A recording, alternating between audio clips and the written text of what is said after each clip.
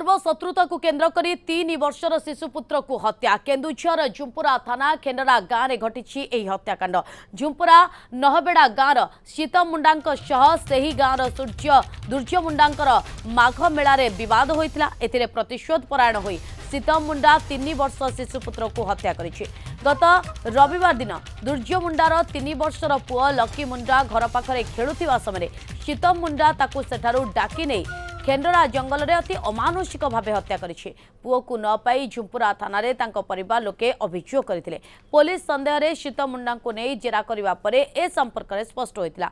आज सकाळे अभियुक्त शीतम सह घटनास्थल रे मजिस्ट्रेट पुलिस साइंटिफिक टीम पहुंची मृतदेह उद्धार करिसेंती।